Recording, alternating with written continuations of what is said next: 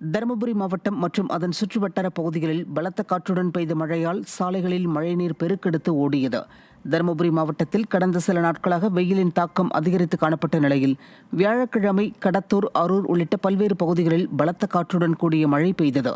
சாலைகளில் மழைநீர் பெருக்கெடுத்து ஓடியதால் வாகன ஓட்டிகள் மற்றும் பொதுமக்கள் அவதியடைந்தனர். மேலும் சாலையோரம் இருந்த மரம் முறிந்து விழுந்தது.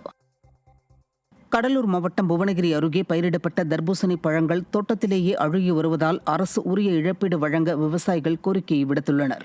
சக்தி விளாகம் மற்றும் ஸ்ரீமுஷ்ணம் பகுதிகளில் அதிக அளவில் தர்பூசணி சாகுபடி செய்யப்பட்டுள்ள நிலையில் ரசாயனம் கலந்து தர்பூசணிகள் விற்பனை என விடிய அரசின் உணவு பாதுகாப்புத்துறை அதிகாரிகள் பொய்யான தகவலை பரப்பியதால் பெரும் நஷ்டத்தை சந்தித்துள்ளதாக விவசாயிகள் வேதனை தெரிவித்துள்ளனர்.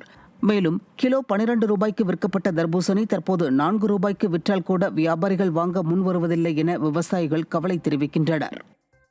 சதீஷ்குமார் ஒரு ஆய்வாளர் எங்கேயோ பார்த்துட்டு அவேர்னஸ் கிரியேட் பண்றன்ற பேர்ல ஒரு பொய்யான தகவலை பரப்பி விட்டு இந்த பழத்தை எல்லாம் வீணா போற அளவுக்கு அவர் பண்ணிட்டார். அவரோட வாக்குமூலம் தான் ஒவ்வொரு மக்கள் மத்தியிலும் பெஞ்சிருக்கு. சொந்தக்காரர்கிட்ட பணம் கொடுத்தா கூட வேணான்றாங்க. ஏதோ எல்லாம் ஊசி போடுறீங்களாமேன்னு சொல்லிட்டு எங்களுக்கு கிண்டலா பேசுறாங்க. எங்களுக்கு இருக்குன்னு அவங்க பேசுறது பார்த்தா எங்களுக்கு வெந்த பொண்ணு வேலை பாய்ச்சுற மாதிரி இருக்குது. தர்பூசணி விவசாயிகள் ரொம்ப அவங்க வாழ்வாதாரத்தை இழந்துட்டு செய்யறதுக்கு என்ன செய்யறதுன்னு தெரியாம தவிச்சிட்டு இருக்காங்க. இதை உடனடியாக கணக்கெடுத்து இதுக்கு என்ன இழப்பீடோ அதை ஒவ்வொரு விவசாயிக்கும் உடனடியாக பாரபட்சம் பார்க்காத எந்த விதமான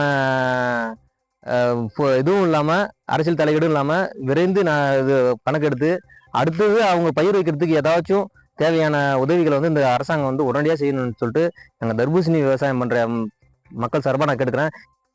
தஞ்சாவூர் மாவட்டம் பட்டுக்கோட்டை அருகே குளக்கரையை சுற்றி பராமரிப்பின்றி உள்ள நடைபாதைகளை சீரமைத்து கொடுக்க வேண்டும் என பொதுமக்கள் வலியுறுத்தியுள்ளனர்.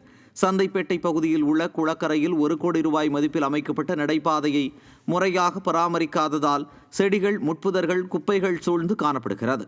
இதேபோல் நாடியம்மன் கோவில், காசாங்குளம், ஐயனார் கோவில் குளம் உள்ளிட்ட பல்வேறு குளக்கரைகளில் போடப்பட்ட நடைபாதைகள் தரமில்லாமலும் விடிய அரசின் அலட்சியத்தால் உரிய பராமரிப்பு இல்லாமலும் உள்ளதால் பயன்படுத்த முடியவில்லை என பொதுமக்கள் வேதனை தெரிவித்துள்ளனர்.